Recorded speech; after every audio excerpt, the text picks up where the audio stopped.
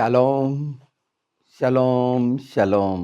प्रभु यीशु मसीह नासरी के नाम में आज हम पानी, माएम कितना महत्वपूर्ण है प्यासों के लिए।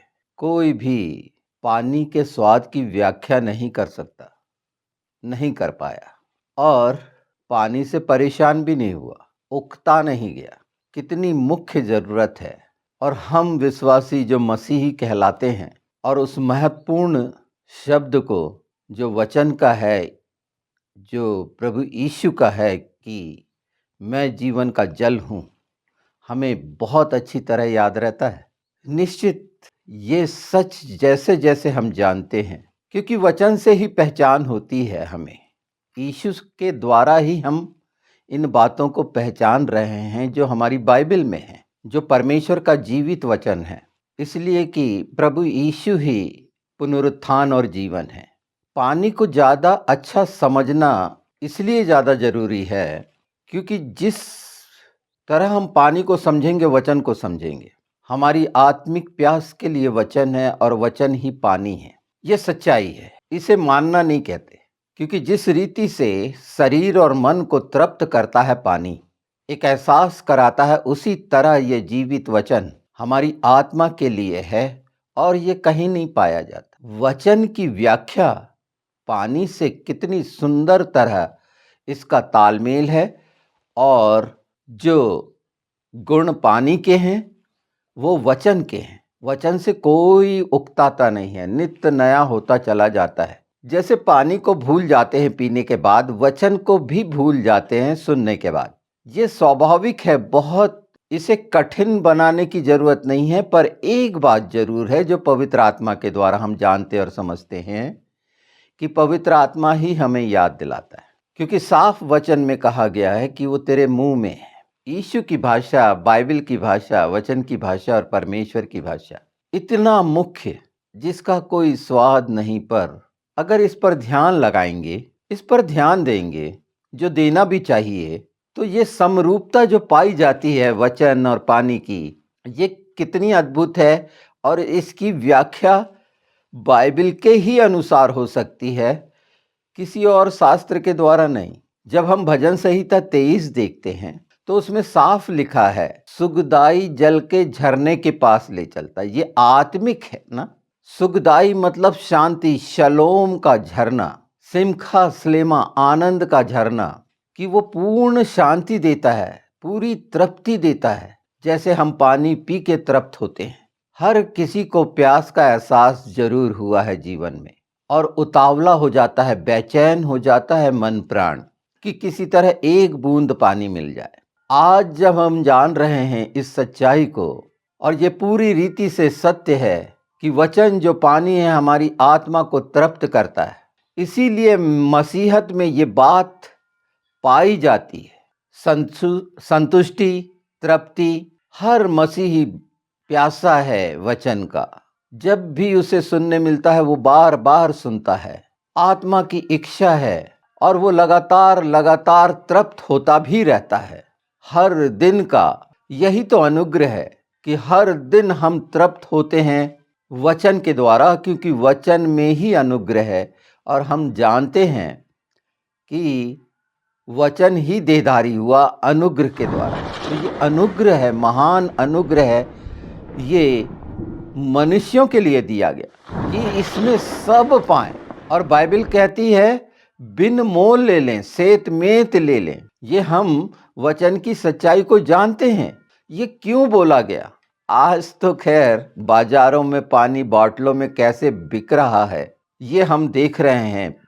पानी का धंधा, वायु का धंधा, सब कुछ मनुष्य खरीद रहा, बेच रहा है। जरूरत है किस रीति से कर रहा है और कितना प्रदूषित कर रहा है। जैसे पानी को प्रदूषित कर रहा है, वचन को भी प्रदूषित करा जा रहा है। पवित्र आत्मा यहाँ हमें सिखा रहे हैं, समझा रहे हैं कि अगर उसमें कुछ मिलावट है तो हम जान जाएंगे, समझ जाएंगे, क्योंकि आत्मा ग्रहण नहीं करेगा हमको सच्चाई से। क्योंकि जैसे पानी को पी के हम भूल जाते हैं, तृप्त हो जाते हैं, अच्छा लगता है, उसी रीति से वचन को सुनकर भी जहाँ संगति हो रही है, सरमन्स हो रहे हैं, उसके बाद थोड़ी देर चर्चा रहती है और उसके बाद, और ये हमेशा बना रहे, उसी की समझ हमें पवित्र आत्मा के द्वारा मिल रही है।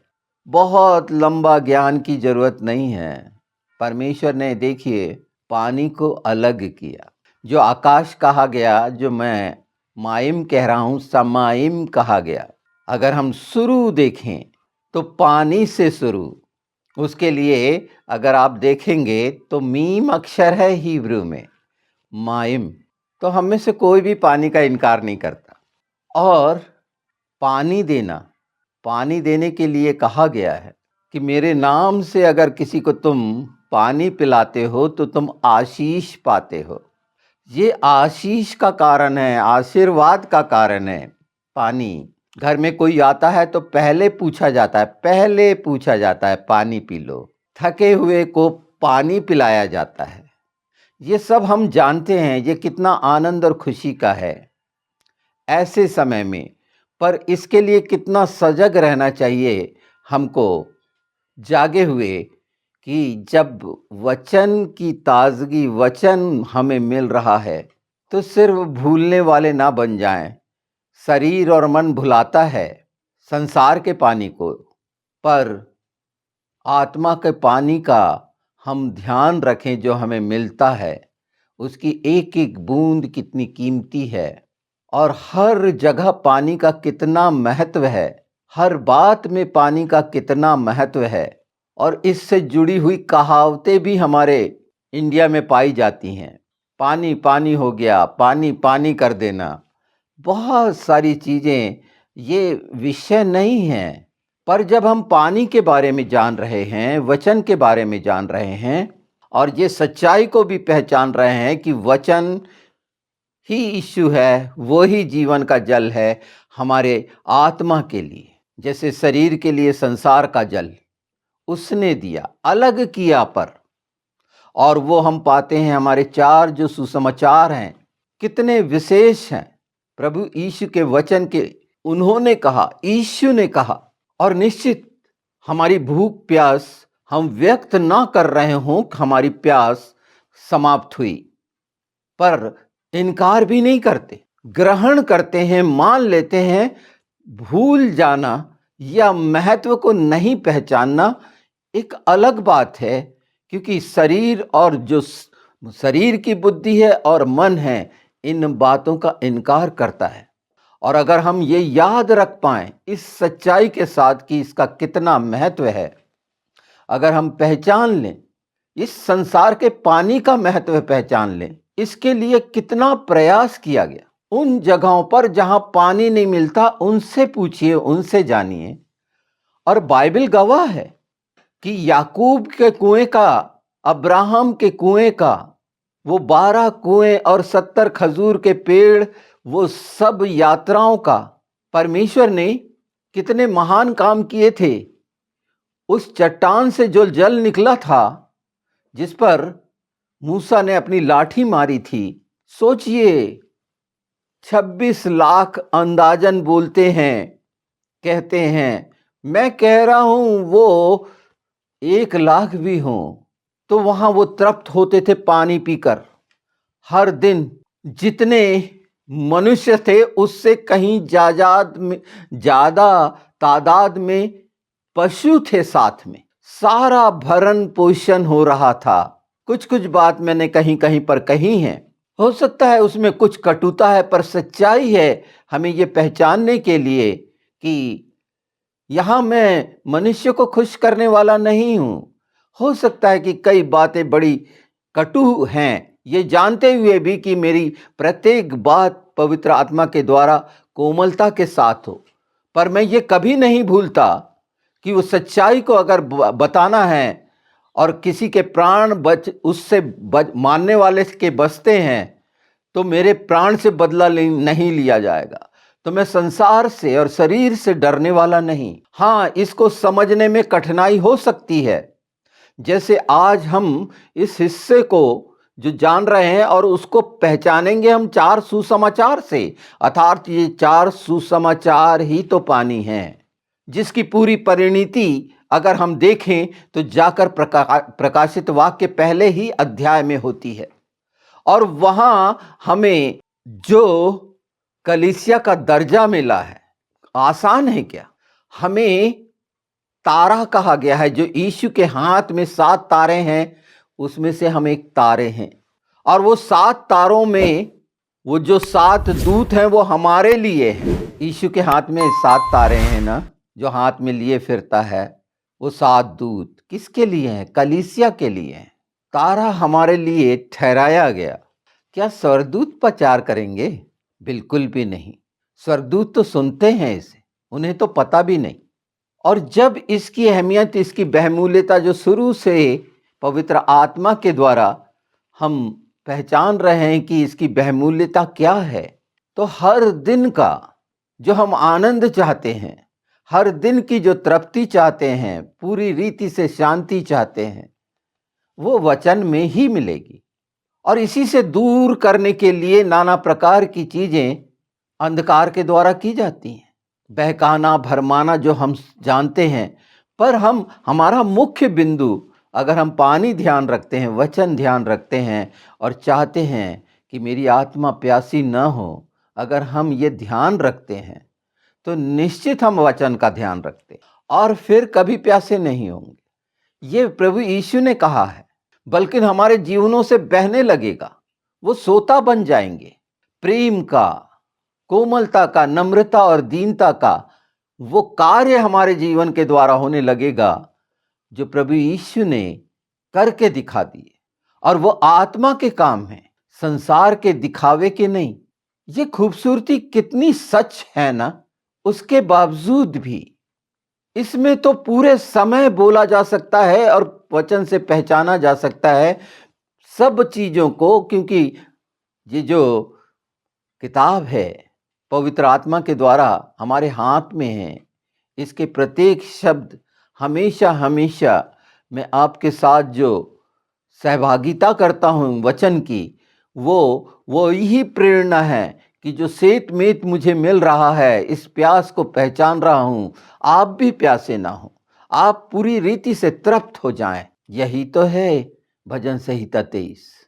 वो हमेशा चाहता है, पर हम चलें तो, उसके साथ चले तो वो ले चलता है, हमें उस जगह के लिए ले चलता है कि हमारी आत्मा पूरी रीति से इन बातों को जाने। और इसीलिए मैंने प्रकाशित वाक्य का वो हिस्सा बताया जहां 7 कलीसिया का है, और 7 कलीसिया निश्चित, वो 7 कलीसिया क्या रह जाएंगी? क्या उनमें से एक जाएगी? नहीं, वो 7 कलीसिया जाएंगी। परमेश्वर के हाथ छोटे नहीं हो गए। उसमें लिखा हुआ है कि मैं अल्फा और ओमेगा हूं, और मेरे हाथ में है वो कुंजी मृत्यु और अधोलोक की। और हम जानते हैं उसका खोला कोई बंद नहीं कर सकता, उसका बंद किया कोई खोल नहीं सकता। यीशु के नाम में हमारे जीवनों में प्रार्थना है, प्यास के कारण है ना, वचन के द्वारा है ना। लोगों को तो प्रार्थना करने का अवसर भी नहीं मिलता। प्रार्थना करना भी कई लोगों के लिए कठिनाई का कारण बनता है। कई लोग प्रार्थनाओं के लिए तरसते हैं, उनके पास जगह नहीं है। और उसका सबसे बड़ा प्रमाण है इज़राइल, जहां अभी एक अच्छी खुशखबरी बताता मैं आपको कि कल के दिन, यानी तारीख नोट कर लीजिए, 21 तारीख जनवरी। हो सकता है ये वीडियो आपको बाद में मिले, बिल्कुल ऐसा ही होगा, क्योंकि इसके पहले ऐसी चीजें हैं जहां तो यहूदी और क्रिश्चियन ने सामूहिक प्रार्थना उस टेम्पल माउंट पे की। वो डोम ऑफ द रॉक जहां पर प्रतिबंध लगा हुआ है, अनुमति नहीं है प्रार्थना करने की। आप सोचिए, उस इज़राइल में, यरूशलेम में यहूदियों को, क्रिश्चियन को अनुमति नहीं है उस जगह पर। आप देखिए कौन सी जगह पर प्रतिबंध लगाया जाता है। किसी के द्वारा प्रतिबंध लगाया जाता है कि यहां प्रार्थना मत करो, प्रार्थना मत करो जैसा चीज कितनी कितनी निकृष्ट है। ये नियम हम जो त्रिएक परमेश्वर को मानते हैं, खुदा बाप, खुदा बेटा और खुदा पवित्र आत्मा, यानी परमेश्वर पिता, परमेश्वर पुत्र यीशु मसीह और परमेश्वर पवित्र आत्मा, सिर्फ कुंठित मानसिकता का जीता जागता प्रमाण, जो बाजारों और रोडों में पूजा करने से नहीं कतराते, लोगों के लिए तकलीफ का कारण होते हैं, वो ही शिक्षा देते हैं कि यहां प्रार्थना नहीं करना। कितनी अजीब बात। ये है शैतानी। आप 106 भजन संहिता जरूर पढ़ना। 28 पोर वाला पर्वत, बालपोर, बाल देवता जो मिद्यानियों का था, मोआबियों का था। ये वही क्षेत्र है जो मिडिल ईस्ट कहलाता है। और काय का? अनैतिकता का ईश्वर। सोचिए, अनैतिकता का ईश्वर कहने में संकोच नहीं है। वो शब्द से पता चलता है जहां पर हर तरह का व्यभिचार और घृणा। मैं ये प्रार्थना के विषय में जब बात आई, इसीलिए कह रहा हूं कि इस बात को देखें। आज हमारे पास भरपूर समय है प्रार्थना का, हमारे पास जगह है, हमें कोई रोकने वाला नहीं है प्रार्थना करने से। पर प्रार्थना करने से रोकना किस बात को दिखाता है? कितनी कट्टरता और निकृष्ट, क्या शिक्षा है प्रतिबंध लगाना प्रार्थना में। कौन कर सकता है ये? जवाब आपको मालूम है कि घिनौना शैतान, इब्लिस और उसको मानने वाले ही ये कुकृत्य कर सकते हैं। कल कितना खुश हुए होंगे ये उस शैतान को, उस बाल को, जो अनेकों नाम से पूजा जा रहा है, जो गंदगी कर रहा है, ऐसा ईश्वर। कल मसीही लोगों ने और यहूदी ने लोगों ने साथ होकर ये प्रमाणित किया, प्रार्थना की, वहां पर आनंद मनाया। और इसका ये कारण क्या था? हमें भी जानना जरूरी है, ये पहचानना कि परमेश्वर ने निश्चित उस ट्रम्प को रखा है जिसका खौफ इन पर कितना हावी है। देखिए, नहीं तो ये दुनिया भर का बवाल मचाने वाले लोग, हमेशा विक्टिम कार्ड खेलने वाले लोग कितने भटके हुए हैं, कितने त्रस्त हैं। इन्हें आत्मा की भूख प्यास का कुछ एहसास नहीं। मरा हुआ। आज हम जीवित हुए हैं यीशु में, हमारी आत्मा जीवित हुई है यीशु में, तो हम इस प्यास और भूख को जान रहे हैं और वचन की पहचान कर रहे हैं। लोगों के लिए ये शब्द मायने नहीं रखते, इसलिए कि वो दुष्ट ने किस रीति से कहां कहां पर कैसे कैसे बंधन डाले हैं, इन्हें भी तो पहचानिए और इनके लिए प्रार्थना करिए।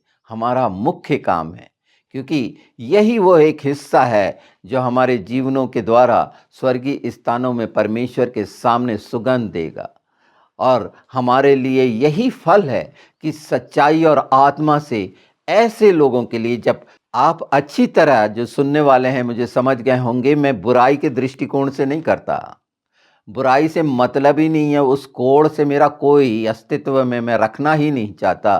पर सच को बताना और शैतान के पर्देफाश करना, मनुष्यों को अपमानित करना नहीं है, उस शिक्षा को जो गलत है उसको प्रमाणित करना। इस संबंध में बहुत से वीडियोस आपको मिल रहे हैं। और सिर्फ ध्येय क्या है? सिर्फ एक बात पवित्र आत्मा मुझे बार बार याद दिलाती हैं कि बालकों को मेरे पास आने दो, उन्हें मना मत करो, क्योंकि ऐसों का ही स्वर्ग का राज है। और ये सिर्फ हम संसार में जैसे पानी को जाने और आत्मा में वचन को जाने, उसी तरह संसार में वो छोटा बच्चा कितना मोहक, कितना लुभावना, कितना कोमल होता है, और उसके लिए हमारा हृदय कैसा उद्दालित होता है, उत्साहित होता है। और वाकई में उस समय का एहसास हर कोई जानता है, चाहे उसके पास औलाद हो या ना हो। पर हम सब मनुष्य हैं और इस बात को बहुत अच्छी तरह पहचानते हैं। यही बात मैं कहना चाह रहा हूं कि जब हम इस तरह से हैं तो हम सब आत्मा में बच्चे ही हैं। बचपना छीनने वाले ये जो दुष्ट के साथ होकर सिर्फ और सिर्फ अपने राज्य के लिए जो दुष्ट चाहता है, बहकाए गए, भटके हुए, भरमे हुए वो भेड़े हैं। और इसीलिए यीशु आया। और ये देखिए कि धीरे धीरे कितना सारा बदल रहा है। हाँ, लोग राजनीतिक तरीके से अपने अपने देश के अनुसार भला बुरा जो बोलना है, उनके स्वार्थ के अनुसार वो दुष्टता उनसे कराएगी, पर परमेश्वर के काम को कोई नहीं रोक सकता। इन सब बातों का जवाब जो भटके हुए और नाना प्रकार के वाद में फंस गए हैं, कई तरह के वाद और मनुष्यों को पूजा करने वाले या मनुष्यों को मुख्य मानने वाले क्यों दूर हुए परमेश्वर से, उसका मुख्य कारण है वो दुष्ट शैतान। और हर मनुष्य परमेश्वर से प्रेम रखता है। एक नास्तिक भी चाहता है कि परमेश्वर की सच्चाई उस पर प्रकट हो, पर मरे हुए हृदय के से मरे हुए आत्मा के साथ वो नहीं जान सकता और यहीं पर रोक दिया गया है कई तरह से। मैंने बताया ना, यरूशलेम में वो जो डोम ऑफ द रॉक है, वो थर्ड टेम्पल जहां पर बनना है, वो जगह थी परमेश्वर की जो कब्जा ली गई। ये सच्चाई है।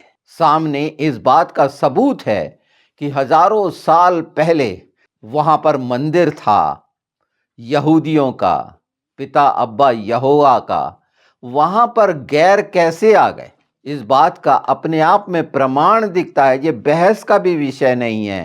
तो झूठ को पहचान लीजिए, पर आज हमने जो एक सच पानी का जाना है, उससे मत भूलिए, तो हमेशा की तृप्ति होगी और वो वचन आपके जीवनों से कार्य करेगा। और वही है लोगों की भूख प्यास को शांत करना, जिसमें आशीष होगी, अनुग्रह होगा, अभिषेक होगा। मेरी आत्मा की इच्छा इस समय आप सब पहचान रहे होंगे शब्द के द्वारा कि वो जो उसने कोमलता, नम्रता और दीनता और उसका सौंदर्य है और उसकी सुगंध है, वो आप लेंगे यीशु के नाम में, क्योंकि ये आपकी आत्मा के लिए रखा गया है यीशु के नाम में। जिन्होंने उसे अपना उद्धारकर्ता, मुक्तिदाता माना है, उनके लिए वो आज आशीष, आज ही क्यों आशीष, हमेशा की आशीष और अनुग्रह और अभिषेक और वो सब बातों से छुटकारे का भी समय होगा।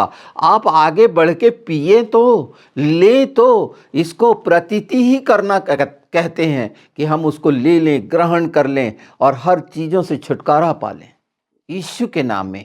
यही इच्छा है आत्मा की जो मैं रखता हूं, क्योंकि ये मुझ पर प्रकट किया गया है, उसी रीति से आप पर प्रकट किया गया है। हम अपने लिए तो सब कुछ मांगते हैं। सचमुच में प्रेम यह है कि हम अपने पड़ोसियों के लिए मांगें, और हमारा पड़ोसी सारा विश्व है, कोई भी नहीं। कई बातों के लिए सचेत पवित्र आत्मा करा रहा है। निश्चित आप में से कोई निकलेगा और उस योग्य होगा जिसके लिए वो चुना गया है, और इन चीज़ों की सच्चाई को और भी विस्तार से और इसकी सच्चाई को और भी अच्छे ढंग से आप प्रस्तुत करने वाले बने यीशु के नाम में, कि हम में से कोई उस पानी को ना भूले जैसे संसार के पानी को पीने के बाद भूल जाते हैं।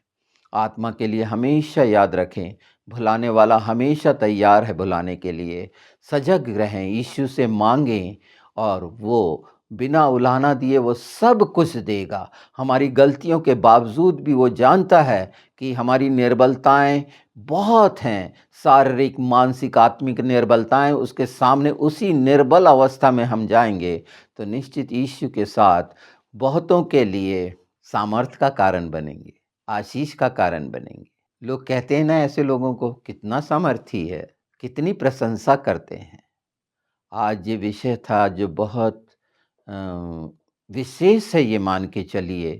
इन सब के बावजूद हाँ, मुझसे मैं बार बार कह रहा हूँ, कई चीज़ें मुझे एडिटिंग वगैरह ये कुछ नहीं आती हैं। इसमें मेरी बहुत सारी गलतियाँ होती हैं और कई चीज़ें रेफरेंस में गलती होती है, उस पर ध्यान ना दें। पर वो सच जो पवित्र आत्मा के द्वारा है, वो अपने आप में प्रकाशित है, प्रमाणित है कि वो प्रकाश है, आग है। और ये अभिषेक की सच्चाई आप पहचान रहे हैं, जान रहे हैं, तो पानी को पहचानिए, माइम को पहचानिए। और इस संदर्भ, इसके तो बहुत से संदर्भ हम बाइबल में पाते हैं, और ये सब बदल रहा है क्योंकि हमने द्वार को पहचाना है। हम पिछले साल से चल रहे हैं और ये अनुग्रह के द्वारा उसमें द्वार में प्रवेश और भरपूरी के साथ है। तो इसे मत भूलिए कि द्वार खुला है अनुग्रह के द्वारा, और हम पर अनुग्रह हुआ है। और यही सब पर हो यीशु के नाम में, कि सब आत्माएं बच जाएं। और ये जो भटके हुए हैं भटकाने वाले के द्वारा, यीशु के नाम में इन पर परमेश्वर के मुख का प्रकाश चमके, परमेश्वर अपना मुख इनकी ओर करे। हम किसी को नहीं बदल सकते, वचन बदलता है, पानी बदलता है, मनोस्थिति को, अनुभव से लोग जानते हैं कि ताजगी आ जाती है। यही तो है अभिषेक का नया तेल, आज का और हमेशा के लिए है। हर दिन का तेल लीजिए, वो अभिषेक का, और लोगों की प्यास बुझाने वाले बन जाइए। प्यास की पहचान करिए कि प्यासा के लिए कितना कठिन है और हमें बेमोल मिल गया है, तो दूसरों तक पहुंचाएं यीशु के नाम में।